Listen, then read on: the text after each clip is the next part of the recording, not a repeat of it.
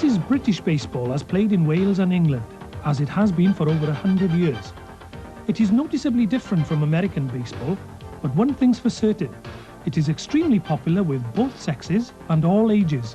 A simple, fast and exciting game, as the following film will show.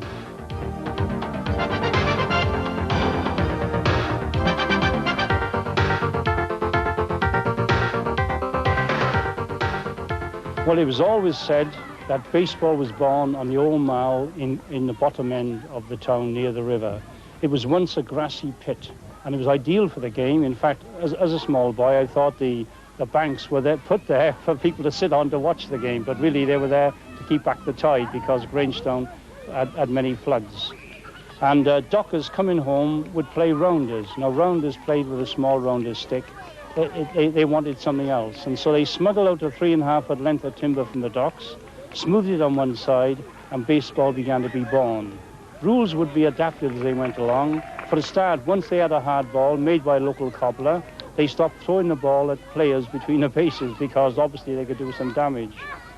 And as a result, players had to be touched. And the equipment could be homemade, the bases were homemade, the pegs.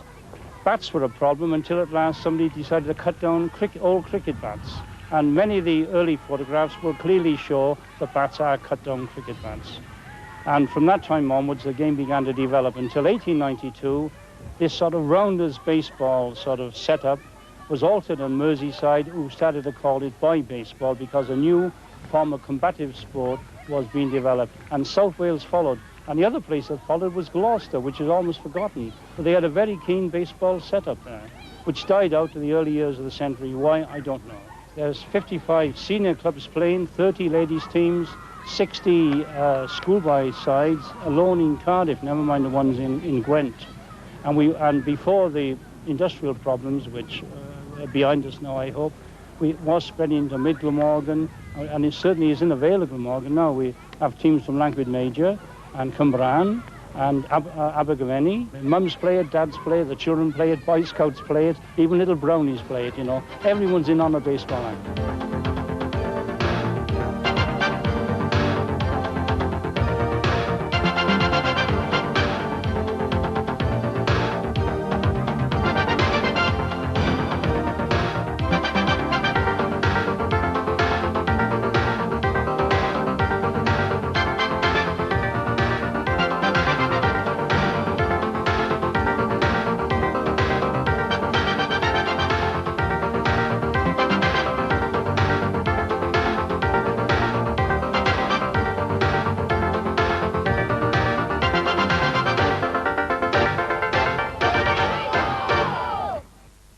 11 players make up a side and they bat in turn.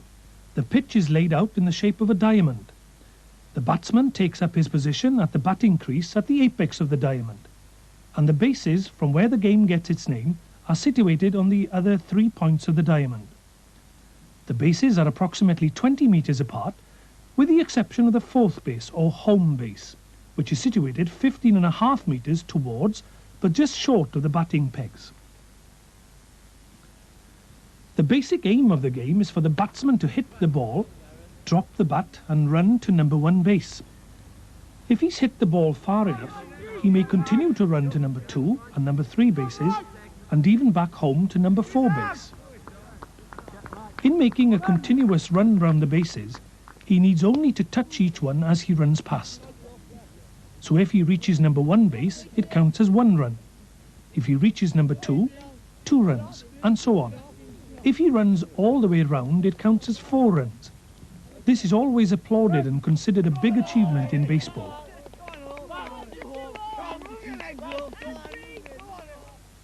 Once it's been decided which team is to go in first, the captain of the fielding team sets out his players.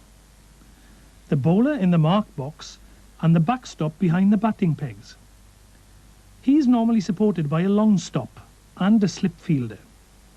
A fielder is then placed next to numbers 1, 2 and 3 bases, and to cover the outfield, number 1 cover, number 2 cover and number 3 cover, even a number 4 cover.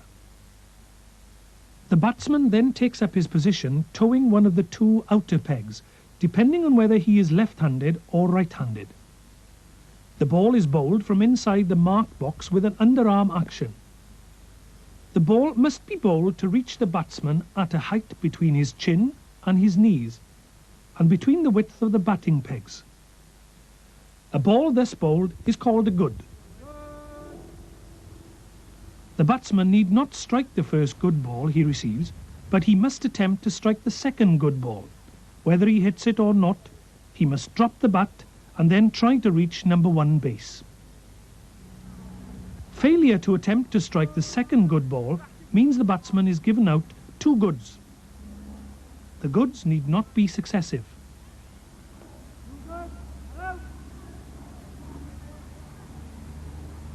A ball bowled outside the area is called a bad. 2 bad balls, whether successive or not, make an extra, and a run is credited to the batting side.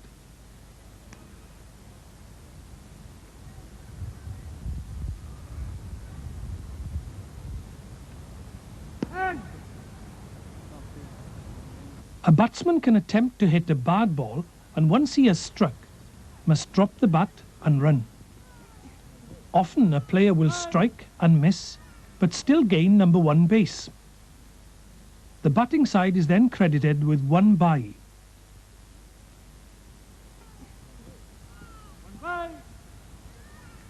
A batsman can be given out in the following ways. He strikes, misses, and starts to run to number 1 base. However, the backstop has gathered the ball and thrown it to the fielder on number 1 base, who touches the base with the ball before the batsman can touch it. He is given out going to 1. The batsman strikes and hits the ball, which is, however, caught by a fielder. He is out, caught. The batsman strikes, misses, and is struck on any part of the body by the ball, with the exception of either forearm. He is given out, struck out. The batsman strikes, misses, and the ball is caught by the backstop, who quickly touches the batsman with the ball. He is given out, touched. Very often the batsman has reached number 1 base, 2 and 3 bases. The ball is thrown to the backstop, who touches the batsman with the ball. He is then declared run out.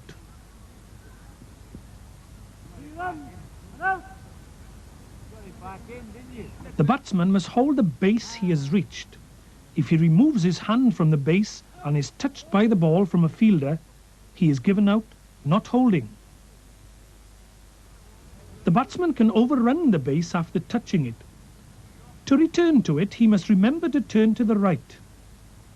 If he turns to the left, he is considered to be trying to run on to the next base and can be touched out.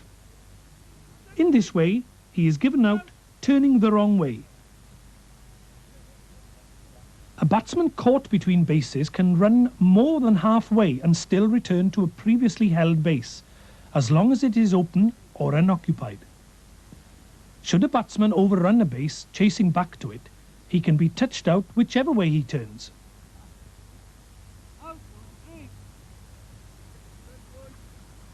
When facing the bowling, a batsman must toe the peg with his forward foot and must keep the foot firmly on the ground when batting. Should he step away from the peg when striking or jump to hit the ball, the referee will call penalty run.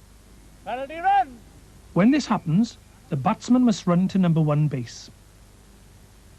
Once he's reached it, he returns to the batting pegs and bats again. The run is credited to the fielding side. Any other base runners will also return to their former bases. But a batsman can still be given out by any of the usual ways while making a penalty run. For example, if he was caught, the referee would call penalty run out caught. A batsman making 3 penalty strikes in one innings is given out. A batsman is not allowed to scoop the ball over his head, which is termed back hitting. For this offence, he would be given out back hitting. If the fielder obstructs the batsman from reaching a base and touches him with the ball, this would be declared Not out, obstruction. But if a batsman tries to dodge a fielder holding the ball by deviating from a line between the bases, he can be given out deviation.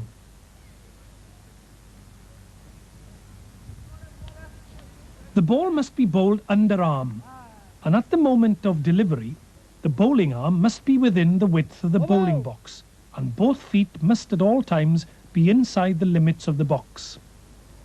Throwing in any form is not allowed. Any contravention of these rules is declared a no ball. If the batsman strikes and misses a no ball, he is allowed to claim one base, and the no ball is credited to his side. If, however, he has hit the ball, the run so scored, plus the no ball, will be credited to his side.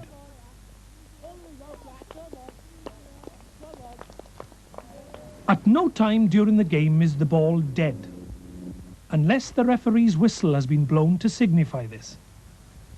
So at any time a bowler may pass the ball to a fielder to attempt to run out the base runner, but the ball must then be thrown overarm. If the bowler false bowls to a fielder underarm for this purpose, it will be declared a no ball, and the base runner will be allowed to proceed to the base he was attempting to reach.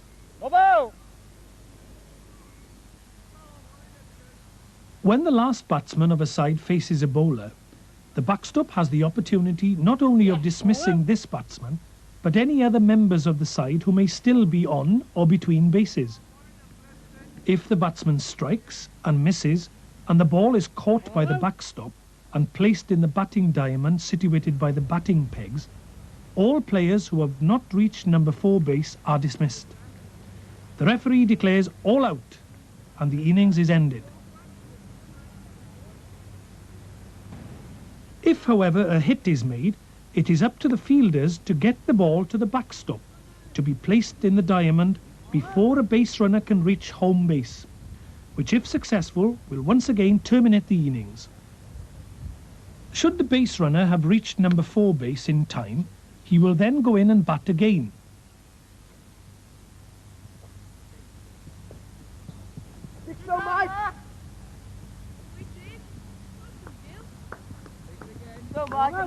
The process will be repeated until the backstop succeeds in placing the ball in the diamond before the home base is reached, when the innings is finally closed.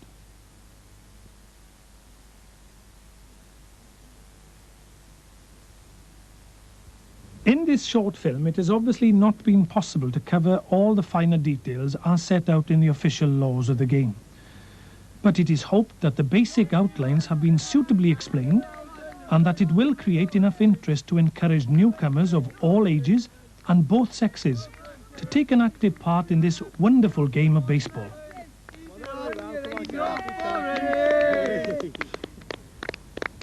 We're sons of dockyard workers, sitting on a dockyard wall, watching our fathers playing baseball, and when we get older, we'll be dockyard workers too. And just like our fathers, baseball will do. We're the greatest baseball team Cardiff's ever seen. We practices down an old Splot Park where the grass is lush and green. When Paddy sends his flyers down, he makes the others miss. And just to show that he's relaxed, he walks off for a rest. We are sons of dockyard workers, sitting on the dockyard wall, watching our fathers playing baseball. And when we get older, we'll be dockyard workers too. And just like our fathers, baseball will do. It's been said by many a man, someone has to lose. And when St. Albans lost last week, they said it was the booze. And I wonder what happens when the great baseballers dies. They'll join St. Paddy Hennessy in the Splot Park of the skies. We're sons of dockyard workers, sitting on a dockyard wall, watching our fathers